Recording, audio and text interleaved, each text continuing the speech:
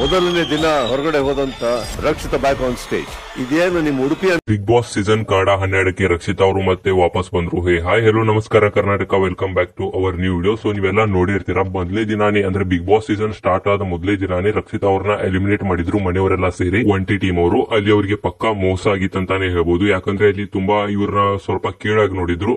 So ಇವ್ರನ್ನ judge ಮಾಡಿದ್ರು and ಇವ್ರ ಪರ ಯಾರು ಸ್ಟ್ಯಾಂಡ್ ತಗೊಂಡಿರ್ಲಿಲ್ಲ.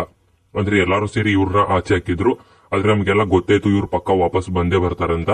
ಸೊ ಇವತ್ತು ಶನಿವಾರ ಕಿಚನ ಪಂಚಾಯತಿಯಲ್ಲಿ ಅವರು ವಾಪಸ್ ಕರೆಸಿದ್ದಾರೆ ಅವ್ರನ್ನ ಸ್ಟೇಜ್ ಮೇಲೆ. ಅಂಡ್ ಸ್ಟೇಜ್ ಇಂದಾನೆ ವಾಪಸ್ ಡೈರೆಕ್ಟ್ ಬಿಗ್ ಬಾಸ್ ಮನೆಗೆ ಕೂಡ ಕಳ್ಸಿದಾರೆ ಅಂತಾನೆ ಹೇಳ್ಬೋದು. ಇಲ್ಲಿ ರಕ್ಷಿತಾ ಅವ್ರಿಗೆ ಕಿಚ್ಚ ಸುದೀಪ್ ಅವ್ರು ಕೇಳಿದಾಗ ಒಳಗ್ ಹೋಗಿ ನಂತರ ನೀವ್ ಏನ್ ಮಾಡ್ತೀರಂತ.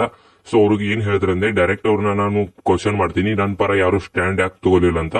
ಸೊ ಇದು 100% ರೈಟ್ ಅಂತ ಹೇಳ್ಬೋದು. ಯಾಕಂದ್ರೆ ಎಲ್ಲರೂ ಅವ್ರನ್ನ ಸಮಾಧಾನ ಮಾಡೋಕೆ ಬಂದ್ರು ಹೊರತು ಅವ್ರ ಪರ ಯಾರು ನಿಲ್ಲಿಲ್ಲ. ಅಂಡ್ ಅಲ್ಲಿ ಕೆಲವೊಂದಿಷ್ಟು ಮಾತುಗಳನ್ನ ನೀವು ಕೇಳಿರ್ಬೋದು. ಜಾನ್ವಿ ಅವರು ಕೆಲವೊಂದಿಷ್ಟು ಮಾತುಗಳನ್ನ ಆಡಿದ್ರು.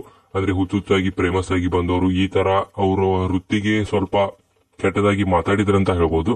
ಸೊ ಅದ್ರ ಬಗ್ಗೆನೂ ಇವತ್ತಿನ ಪಂಚಾಯತಿಯಲ್ಲಿ ಕಿಚ್ಚ ಅವರು ಕ್ಲಾಸ್ ತಗೋತಾರಂತ ಹೇಳ್ಬೋದು.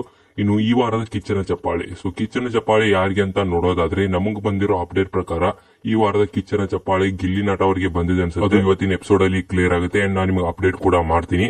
ಅಂಡ್ ನೀವು ಹೇಳಿ, ಇವತ್ತು ರಕ್ಷಿತಾ ಅವರು ವಾಪಸ್ ಬಿಗ್ ಬಾಸ್ ಮನೆಗೆ ಬಂದಿದ್ದು ನಿಮಗೆ ಖುಷಿ ಆಯ್ತಾ, ಇಲ್ಲ ಇವ್ರಿಗೆ ರಿಸಲ್ಟ್ ಇವರು ಬರಬಾರ್ದಿತ್ತ ಅನ್ನೋದನ್ನ ಕಮೆಂಟ್ ಬಾಕ್ಸ್ ಅಲ್ಲಿ ಕಮೆಂಟ್ ಮಾಡಿ.